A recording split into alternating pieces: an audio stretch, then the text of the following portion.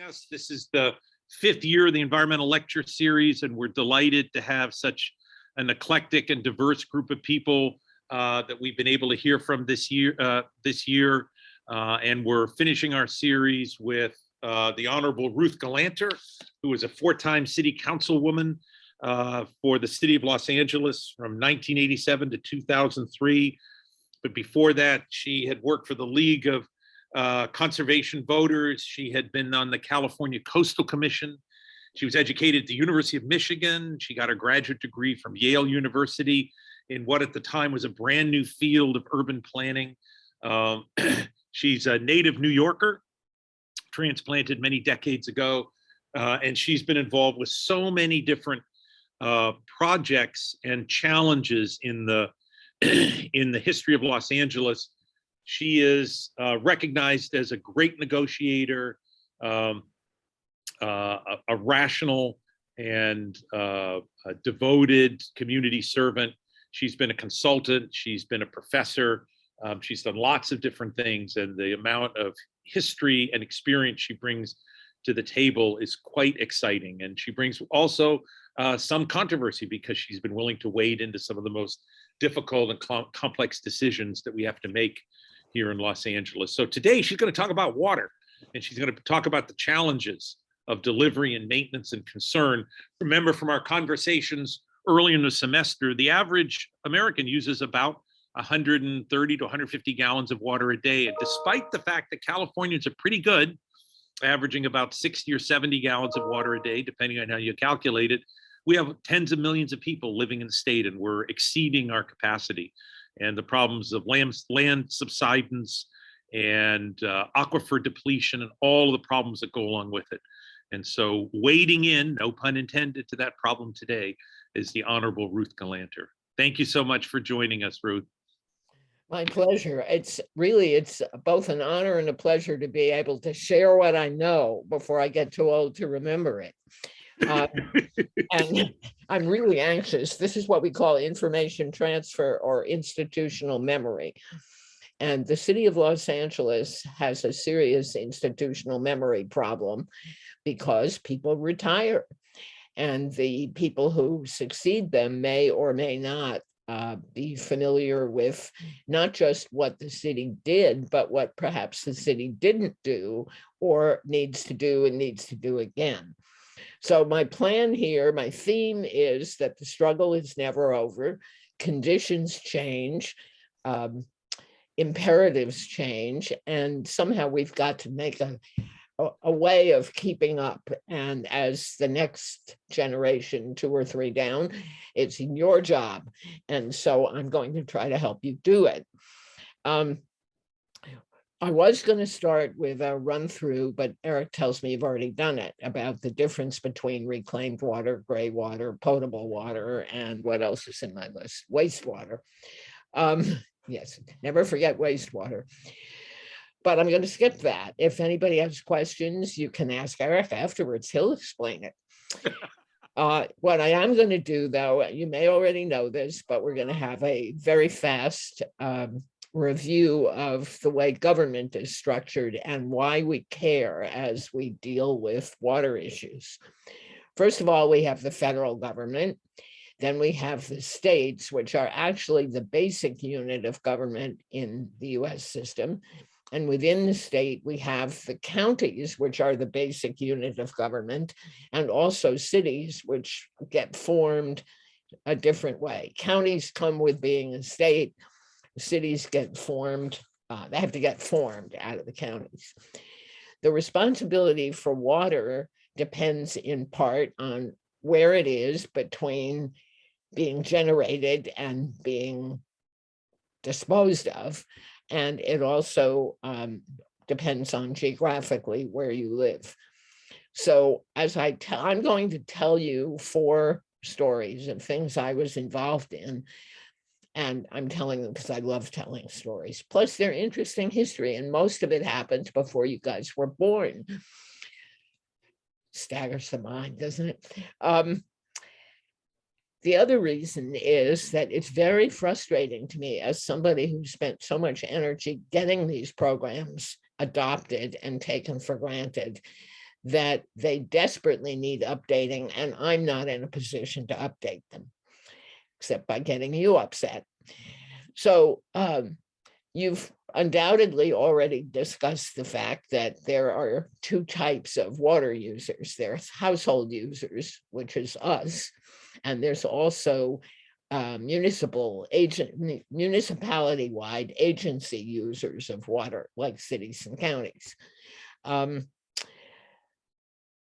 Within household use, these are rough categories. We have toilets, which I really want to talk about, landscaping, watering your yard if you have a yard, pools, private pools, and then we have what happens after you use it. Does it run off your yard? Does it go into a capture of some form or other? Does it run into the street? Does it go into the sewer system? When you look at the agency level, the municipalities, we have a lot of landscaping, parks, alongside the roads, any other kinds of open space, schoolyards, what else? Libraries, all those things that have planting use water. We have public toilets and we have public pools. The water, of course, comes to us in many different ways. Some comes as rain, but not very often. When it comes, we get an awful lot of it, and we have a problem with what to do with it. One thing is you don't have to water your trees, the other thing, or wash your car. The other thing is, though, that it floods. And when it floods, we have historically rushed it off the streets as fast as possible and straight into the ocean, missing all kinds of opportunities to use it multiple times, around and around and around, before we let it go, if we have any left to let go. So when I started on the council in 1987, I'm sure there's almost nobody here who remembers 1987, but your parents might. There wasn't much going on in the city of LA or in the county that was really directed at conserving water. We didn't mention water districts. My fault. We have water districts and sanitation districts. These are also units within the state or the county. Or in our case, in the city of LA, we have our very own water and power utility. It's rare to have a publicly owned one, but we have it, and it's big. It's the biggest one, was after TVA in the country, I think. So some water is supplied to us from places like Mono Lake. And for those of you interested in the natural environment, today's LA Times has an article about the current situation at Mono Lake. And it illustrates my theme that you may think you solved the problem, but the problem is going to morph and your solutions have to morph as well. So if we have time, we'll get to Mono Lake, which I was also deeply involved in. But I want to start with telling you about toilets. Toilets are were, probably still are, the single largest water user in a dwelling unit. There are, of course, other appliances, your washing machine, your dishwasher, showers, bathtubs, if you do baths, spas, but those are outdoor. We're not worried about them just yet. So as I said, when I started on the council, there wasn't much going on in the way of environmental conservation. Keep in mind also, most of these conservation laws really kicked in only in the 1970s. And I got there, so I get to council less than 20 years later. And Mayor Bradley's environment assistant came to me one day early in my career and said, I'm going to try out an idea on you. What do you think about mandating that every residential unit constructed in the city of LA must use a low water use toilet? And I said, sounds good to me. And he dumped a huge pile of papers on my desk and said, here you go, and walked out. Call me if you need me, he said. At the time, your standard household toilet flush was between 6 and 8 gallons of flush. But by 1990, there were already toilets on the market for those who cared that used no more than 3 gallons. And so I, egged on by Mayor Bradley's office, I said, well, okay, I'll do it. My staff was horrified. You're going to be known as the toilet lady. Well, I said, you bet I am. You just watch. We put in a council motion to have the city require. LA was then in a residential building boom. And if you look around you now, we're in another one. So in 1990, there were no rules about what kind of toilets you put in. You just had to have one. So we created this ordinance that said, henceforth, any residential unit that's going to get a permit for construction from the Department of Building and Safety will install toilets using no more than 3 gallons of flush. The industry that makes these things went bonkers. And I, of course, as the toilet lady, got to run the hearing where they all came in and explained to me why it couldn't be done. I'm telling you this part of the story because it's pretty absurd, but the same thing will happen with whatever the next generation of environmental laws is. Why couldn't they do it? Well, their first argument was the consumer demands a choice. Choice of what? This is a toilet. As far as I know, it has one function: color and style. And I said, well, I don't care what color and style it is. This is about how much water it uses. Oh, they said, there's a moment's pause. And then they said, we're really sorry, Councilwoman, but it can't be done. Why can't it be done this time? Well, we'd have to retool the whole manufacturing line. And I said, how long will that take? And they said, at least 6 months. I was, okay, we'll make it effective in 6 months. Next. And they couldn't think of the next. So we were able to get that through the council without too many people talking about it and having to put themselves in the position of being defenders of toilets. So the ordinance went through. The LA is so big that we had the market power to actually change the industry. Some of the smaller cities were already offering individual rebates, where if you changed out your toilet, they'd give you $100. But they're all little. City of Los Angeles is now over 4 million people, but then it was about 3.5 compared to, let's say, Santa Monica, which is 100,000. Culver City is smaller. There are 88 cities in LA County.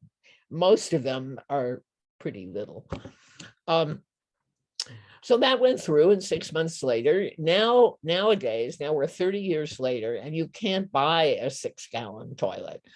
You probably can't even buy a 3 anymore, but even if you can, the technology has advanced to where the standard dual flush toilet uses 0.6 and 1.2 gallons.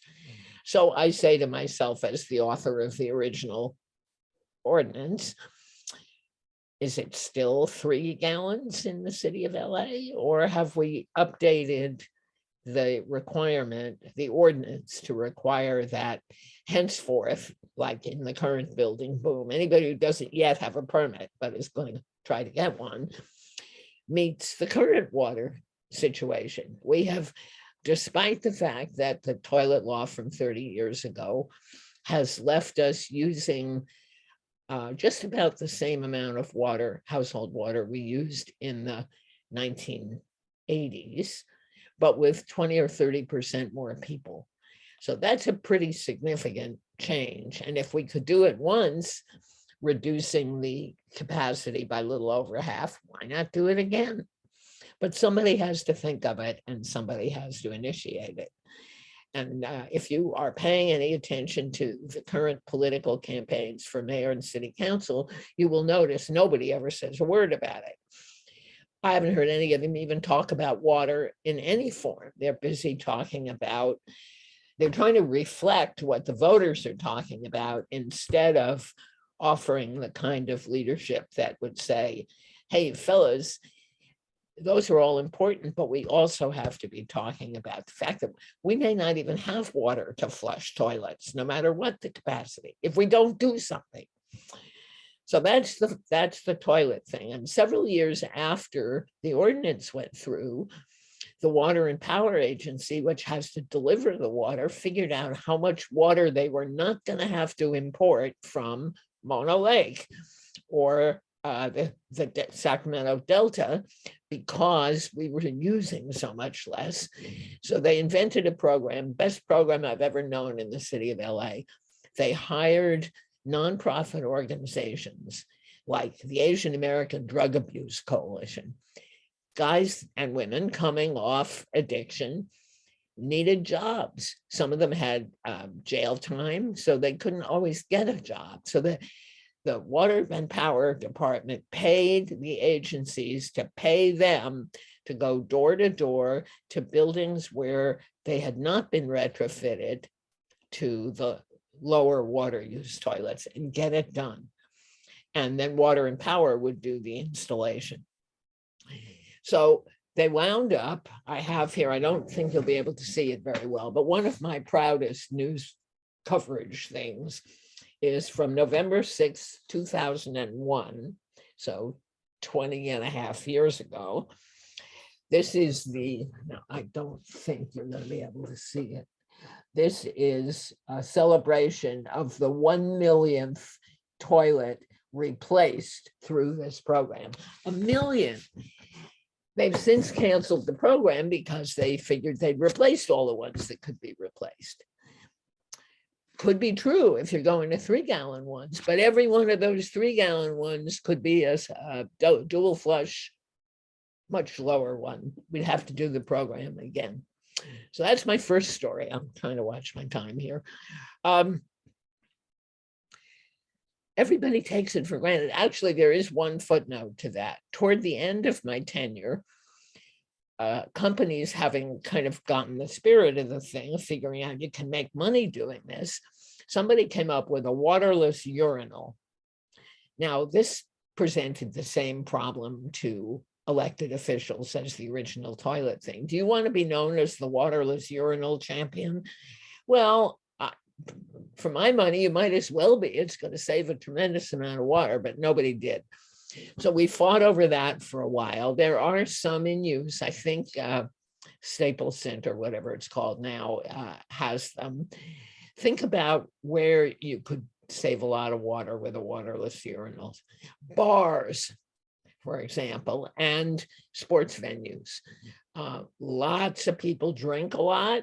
Lots of people urinate a lot, and every flush uses water, which if the waterless urinals work the way they say they do, you don't need to use. So put that on your list when you're in charge, get that done. Landscaping, we're moving on here now. We're going to go to gray water. The first one was household water. Now we're going to gray water. Because we have state laws that may or may not supersede local laws, this one was a little trickier. I couldn't just go in, I did just go in and say, how come I can't water my yard off my shower? And they said it's a violation of state law, which it was. Not anymore, but it was then. So my next obvious question is, so how do we get that changed? And somebody in the administrative agency had actually thought about this, and they came up with, let's do an experiment, which the state will monitor. They worked out with the state health department, I guess it was, that we would do a supervised comparison of landscaping watered by gray water, which came off your washing machine and does not come off your toilet, came off your washing machine, your shower, your dishwasher, has to be filtered to take the soap out and then spread on your landscaping. Compare that to using landscaping that's been watered, to testing the soil of the landscaping watered with potable water, which is expensive. So a number of us at the city, including me, volunteered our houses to be in this experiment. And we had, I've forgotten how long it went on, people from the county health department or the state health department would come out every couple of weeks and test the soil and compare the soil watered with gray water with soil water with potable water. And the concern had been for many years that if you used water that came out of your house, it was going to be contaminated and it was going to contaminate the soil. The experiment found that every place, no matter what kind of water you used, had fecal contamination. It wasn't human fecal contamination. It was the squirrels, the birds, the feral cats, the, I don't know, the foxes in the Bionda wetlands, the resident coyotes. They defecate. It's a normal animal function and they don't have toilets. So although there was a guy at the University of Michigan who trained his cat to flush the toilet. That's a long time ago. So if there is no state law, as there is no state law that says, well, as far as I know, that says what kind of toilet you can require, then you're okay. The city ordinance will govern, you just go ahead and pass it. If there is a state law that says you may not, then you can't enact your gray water program unless the state either gives you a waiver or changes the law. Well, since the test results, the soil test results were so conclusive, they said, okay, go ahead. And we did. And a month later, they changed the state law. But here's the wrinkle. It's been years since I've seen any promotion of gray water or gray water systems that you can install in your yard that will let you do this. Landscapers may, many of them do know, there are a lot of them now who are interested in drought resistant plants and what you can do with your water. But when we did the experiment in the city 30 something years ago, the Department of Water and Power, because they're responsible for the water, contracted with a bunch of different gray water system suppliers and tested based not only on the soil contamination, but also on what kind of gray water system you used. I don't see anybody promoting that stuff anymore outside of somebody you've already hired to landscape. But if you're just a regular person with a yard and you're interested in the environment, we need another program, much larger scale than word of mouth, to let people know how to do gray water. This, again, it's a long time ago. Nobody cares what I think anymore, except I hope you do, but needs to be done. So let's move up a notch. We'll go to reclaimed water. How's my timing here? We're going to be able to get through this, including a couple of my extra stories. You know, Eric, I always have extra stories. We can talk about Mona Lake, which I had not built into this. So reclaimed water. The other end of the system. First end of the system, the front end is where do you get your water and how do you use it? The back end of the system is then what? There's a lot of different then whats. If you water your lawn and you're not using gray water, some water will sink into the soil and some will run off into the street and be picked up by the wastewater system. We are at least ahead of many places in that our wastewater system is separate from our sewer system. Where they are the same system, if there is a very heavy rainstorm, the system gets overwhelmed and you get nasty backups. That does occasionally happen here, but even though we have the segregated system. So the wastewater system is, of course, not under the same set of bureaucrats as the sewage system. They do talk to each other occasionally, but they are basically, excuse me,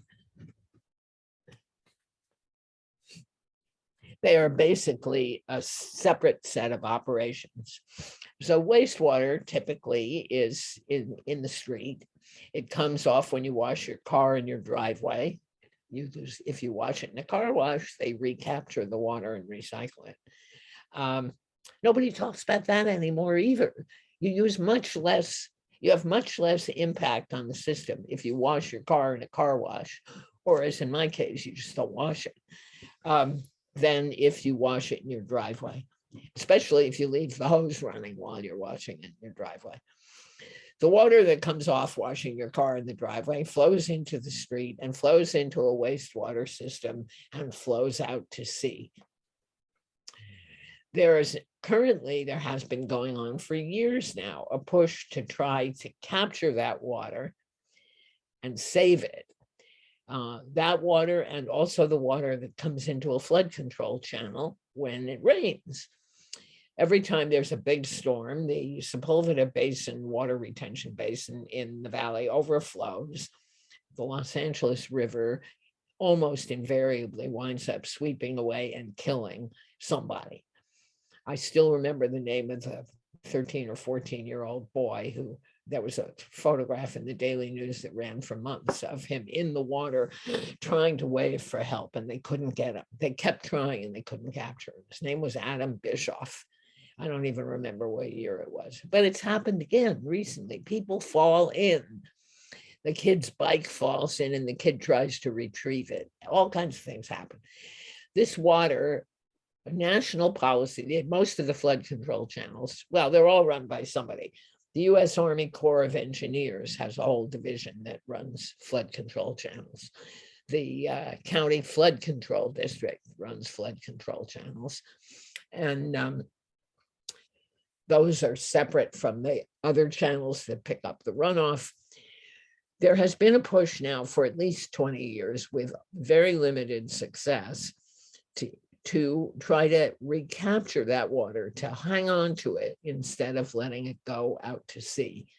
There are all kinds of advantages to doing that. The first one is you have a reservoir that you can use during the drought periods.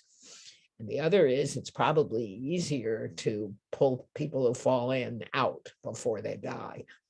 And either of those seems to me a pretty compelling reason. But, and actually 20 years ago, a little over 20 years ago, before I left the city council, Tree People, a wonderful organization that works mainly at planting trees, but Andy Lipkis, the founder, and Dorothy Green, who was a wonderful environmentalist with Heal the Bay. She was one of the founders, and she was on the Water and Power Commission.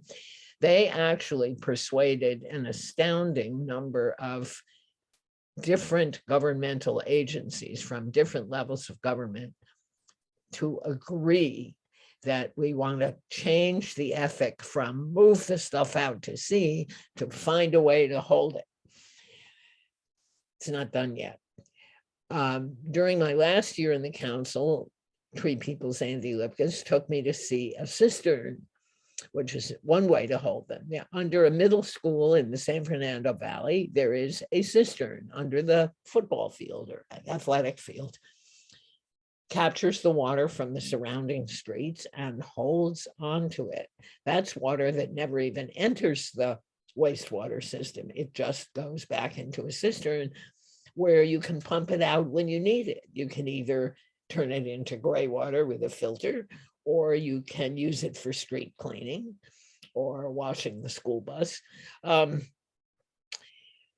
But there's not a lot of that. And there's been some effort to try to get some of the old abandoned mines that are right outside the city of LA turned into reservoir, but I haven't seen any groundbreakings. So that's a work in progress that has a long way to go.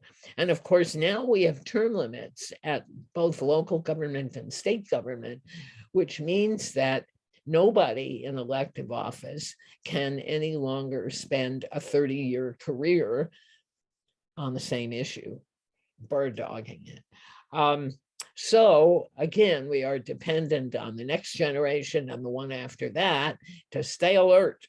The job is not done yet. Okay, that's so reclaimed water.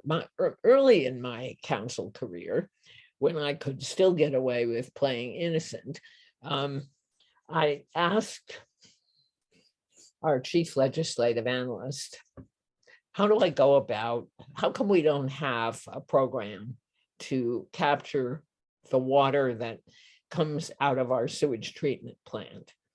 I don't know if you guys have talked about sewage treatment yet, but basically what happens is we collect the stuff in sewer pipes. It goes to any of several different treatment plants. The first thing that happens is the solids are separated from the water. So now we have all this water, and the stuff that came out of your toilet is not in it anymore. So what do we do with this water? Well, in the old days, we dumped it in the ocean after treating it. By the time I hit the council, some of the water districts, including the West Basin, were working on reclamation. They had reclamation facilities. The West Basin Water District Reclamation Facility is practically walking distance from the largest of LA's sewer plants, the Hyperion plant, which, by the way, you ought to go see. Take a tour if you haven't seen it. It's amazing. But we weren't doing it. So I went to the legislative analyst and said, how do I do this? He said, we can't do that. And I said, why is that?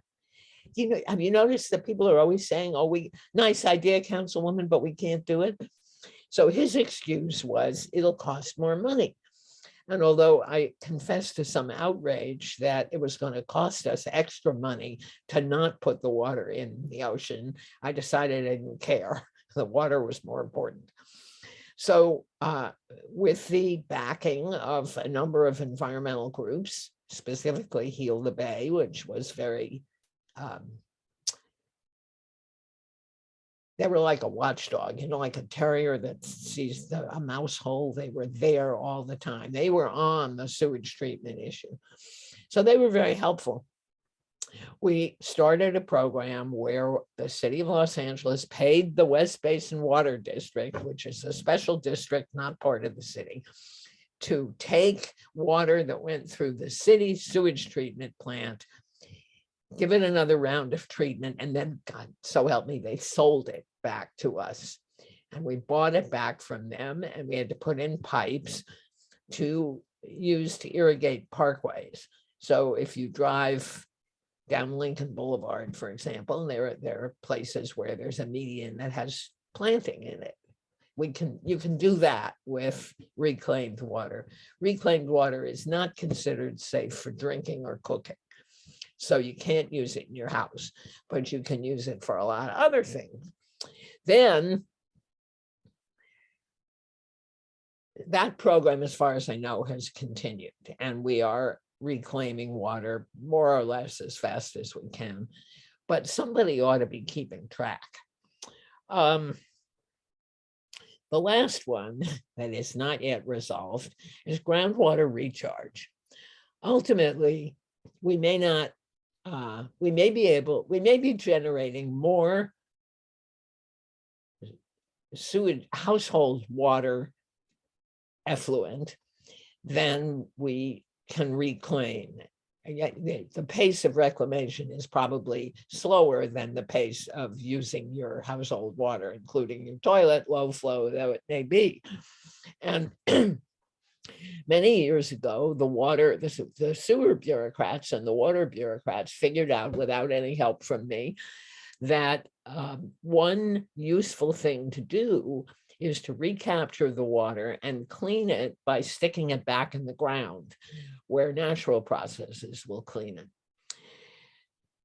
The second largest sewage treatment plant in the valley has a Japanese garden, which is also worth a trip, that is watered with water that came off the sewage treatment plant next door, and looks great and doesn't seem to pollute anything. But in the late 90s, one of the council members deciding to run for mayor, I'm told, did a poll and decided he couldn't figure out whether he should be for this program or against this program. And he decided he would get further in his mayoral campaign by being against it. And he did a very effective job of naming it toilet to tap and scaring the daylights out of the electorate. He did lose the election, but he set water conservation back about 30 years, and then he moved to New York. So there are still news reports that the city is pushing forward with groundwater recharge, and there are places, water districts, that have done that without ill effect. But every time somebody brings it up, somebody resurrects toilet to tap and scares people. So we're way behind on that. This is not, I wish I could say this is one where we did it and now we have to do it better. We never got it done. Very frustrating indeed. And the longer we wait, the more dire our situation, because we have more housing units, we have more people than we had 30 years ago. So this is all really important. And Eric, you tell me, have I got time to tell a couple of extra slightly tangential stories?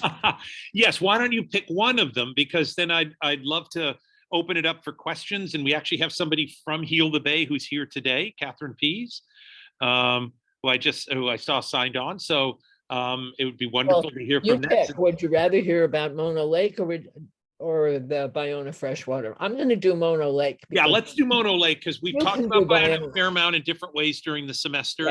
Yeah, let's do Mono Lake. Okay, yeah. So here's my personal experience with Mono Lake, which turned out, well, let me start by saying that I was very fortunate when I ran for the city council, and when I got elected to the city council, I had a really peripatetic career. I had worked in a number of different issues, and it was apparently a surprise to many people in City Hall that I often knew what I was talking about. One of the issues that I had to own up to is that in my League of Conservation voter days, which is toward about half the time I was on the Coastal Commission, and then a couple of years after, no, I quit in 81. So in the early 80s, I'm assigned by the California League of Conservation Voters to get an LA League up and running. I'm happy to say I didn't do it. I got a volunteer who did it. She was terrific. But, you know, I stood there and held her hand, and she got the LA League going, and they are having a candidate forum this evening, by the way, for the mayor's race. But I had to find office space, and I also had to raise the money. So we didn't have any money, and we needed an office. So I wound up sharing an office with a nonprofit called the Mono Lake Committee, whose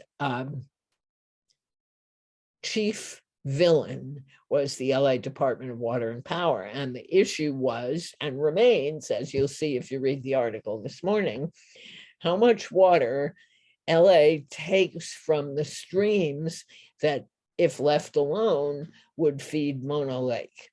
And the Mono Lake Committee had, which still exists, had organized an LA-based support group because that's where the water was going. And they just concluded wisely that the people around Lee Vining, which is up in the middle of the valley, Central Valley, actually, that it's not the Central Valley, but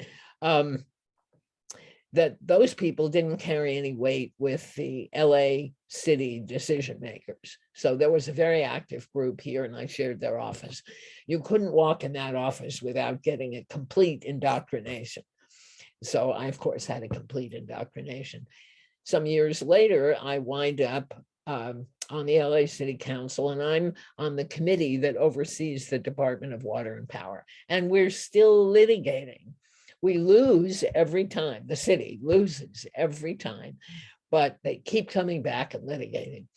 And I did confess when I got there. The only thing anybody in City Hall knew about me when I got there was she's for the environment. They didn't know what it meant because there wasn't much going on then, but they looked at the vote totals. And there's one thing every elected official, no matter how stupid they may otherwise be, can do, and that's count. They all know what vote totals mean.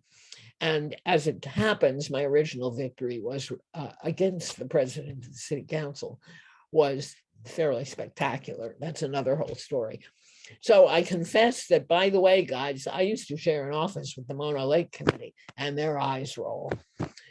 Some years later, when Dick Reardon became mayor, this is the only thing I really applaud him for, but the head of the Water and Power Commission, the president of the commission, Dennis Tito, called me up and said, whom I knew in a different context, can you explain to me why we're still litigating this? And I said, are you ready to stop? And he said, well, of course. So I explained why the litigation was going on. And I said, if you guys are ready to stop, I will get it stopped. And because I'm the only one in City Hall who has any friendly relationship with the Mona Lake Committee. So we wound up settling the thing. It turned out Martha Davis, then the head of the committee, said, well, you know, somebody tried to do this years ago and offered a draft agreement. I said, oh, what happened? It got killed by one of the other former commission presidents. So we dug that out. I called I said to Martha, can you live with it? She said, I don't know, I have to look at it again. And I called the head of the water system and asked if he remembered it. And he said vaguely, and I said, well, can you live with it? And he said, I have to dig it out. It would have made a wonderful sitcom. I had the same conversation at each end of the phone, but I figured out the solution was not to let them in the same room with each other. They hated each other so much, they couldn't see straight when they were in the same room. It took only 3. So I get the settlement, the proposed settlement. I send it to Martha. She calls me up. Let me explain to you. It'll never work. Let me explain it. I said, no, don't. Please don't explain it. Just change what you want and send it back.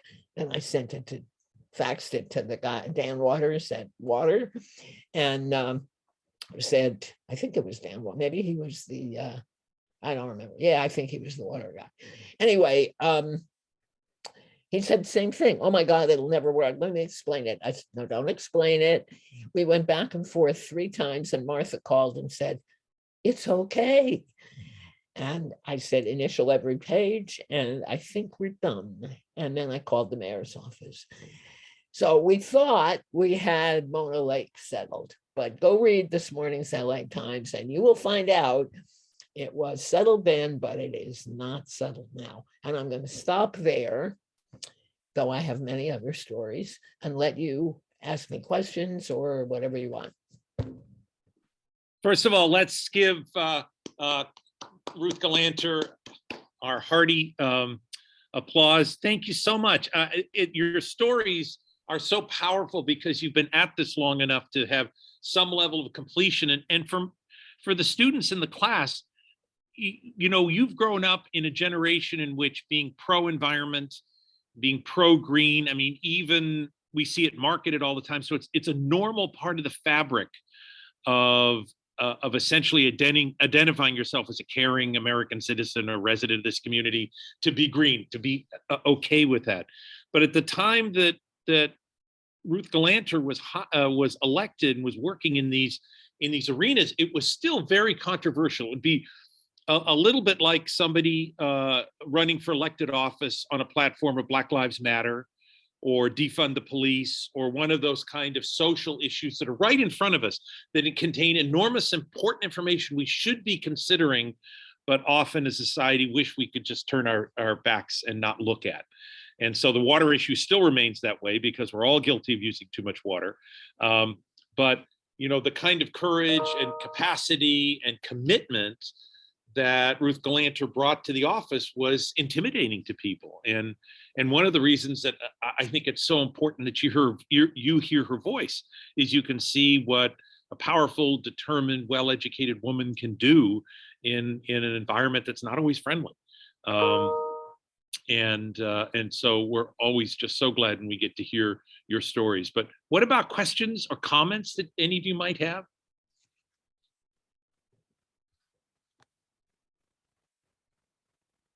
Someone have their hand up? I also want to do a shout out to Brianne Gilbert from the Center for the Study of Los Angeles, who's kind enough to join us today. Thank you so much.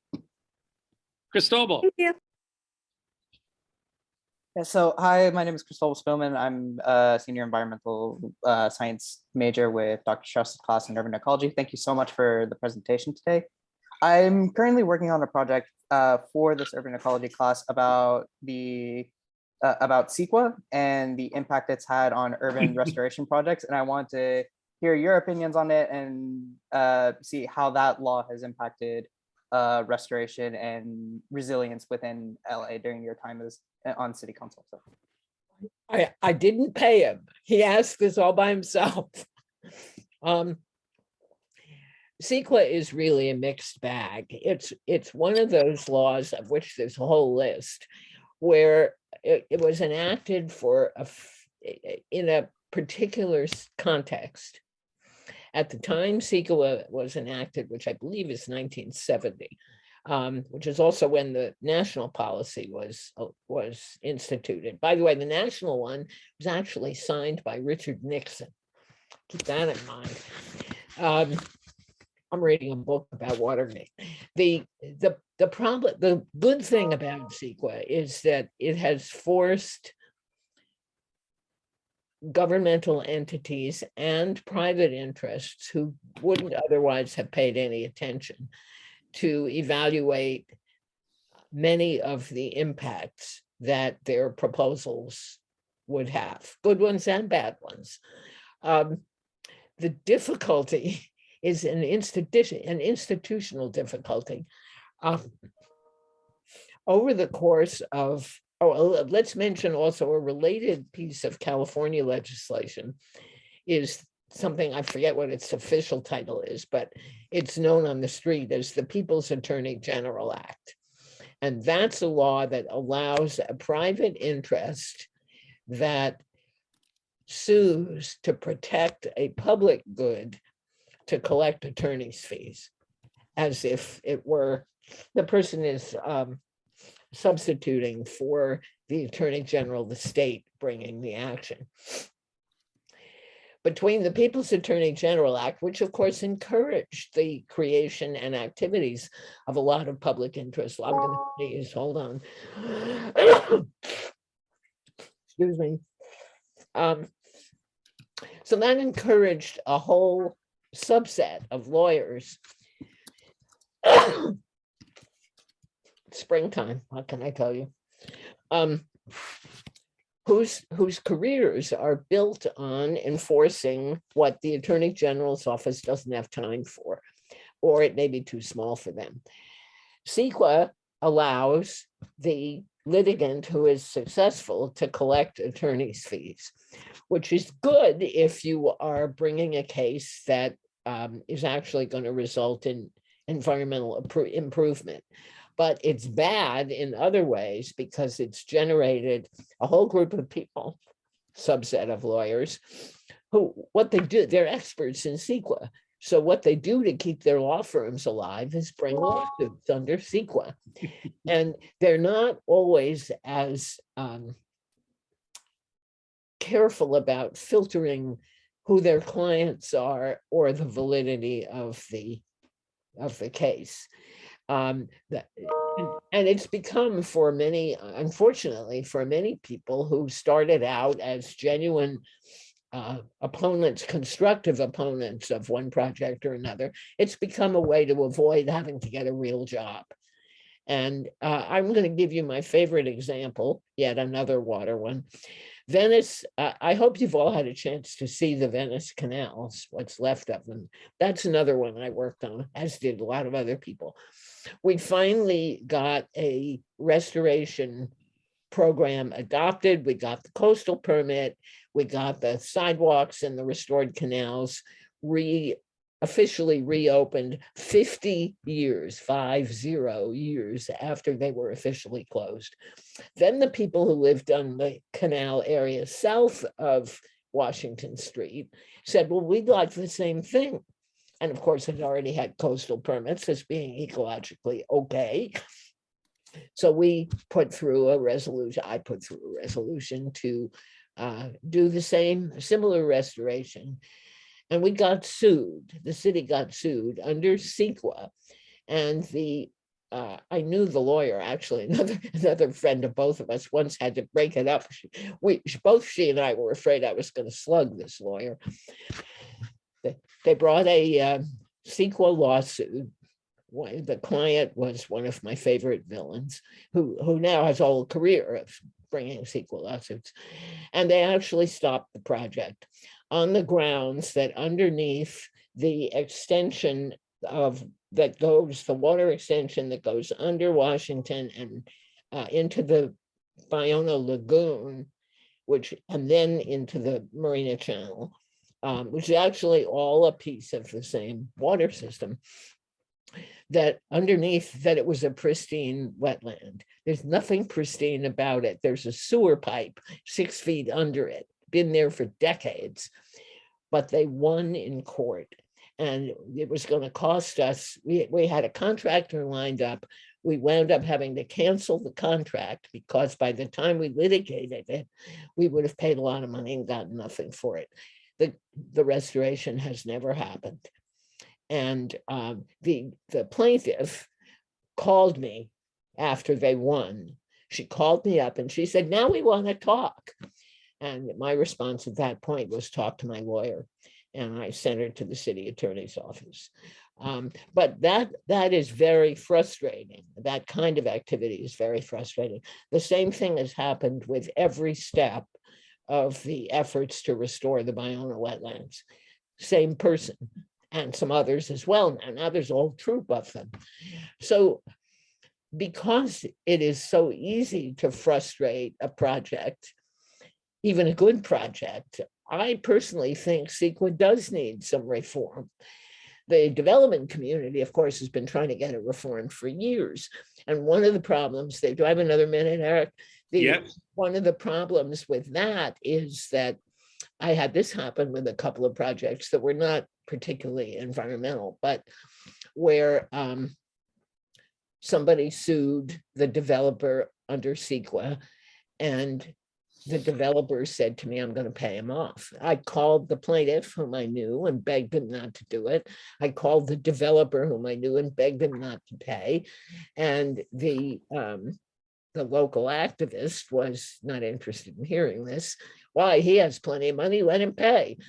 And the developer said, look, Ruth, time is money.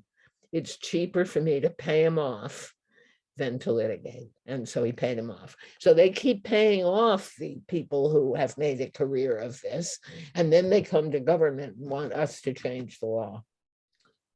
I don't know if, I mean, that's, we could go on for weeks, but I hope that is a start for you.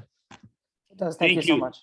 Other questions that you might want to share? If not, I have a tip for any of you who might be going to become advocates. Yes, why don't you share that with us? That'll be a wonderful way to wrap up our conversation today. One of the striking things to me in my years in public life is that when an issue arises, the elected official's normal reaction is, as my staff recommended I do one day, oh, let's have a news conference. Let's put in a council motion. And I said, I think I'm going to do it this other way, which is what I want to recommend to you. I'm going to call the head of the department, because I'm the councilwoman, and say, we have a problem. Can you fix this, please? And if he fixes it, the problem is solved. And I don't have to do a council motion. We don't have to do all of this stuff. If he doesn't fix it, as I said at the time, if he doesn't fix it, then we cut his balls off. But the fact is, you get much better results when you are in a position to do this. If you treat the people that you're going to need to do the actual work with as much respect as possible. And it may well be that they know things that you haven't learned yet about what the constraints are. So the other piece of that is that please and thank you turn out to be the most powerful words you can use. I had Reardon's budget people come to me one year and they said, so what do you think about the Bureau of Engineering? I said, I love the Bureau of Engineering. And I thought they were both going to fall off the couch. They said, you're the only one who said that. Why is it that you love them? And I said, when I call them up and I say, can you help me with this? They always say yes. And they call back in a week and say, it's done. You got anything else? And so these two high-level staffers in there said, well, what do you attribute that to? And I said, please and thank you. That's wonderful. It's What a great absolute- way to end our conversation today. I told you would enjoy hearing the stories and the powerful messages that Councilwoman Galanter brings to us. And notice she didn't even use a PowerPoint or anything. She just spoke from the heart, which is really extraordinary. And thank you very much. Everybody have a wonderful weekend. Thank you. Thank you for having me. Enjoy yourselves.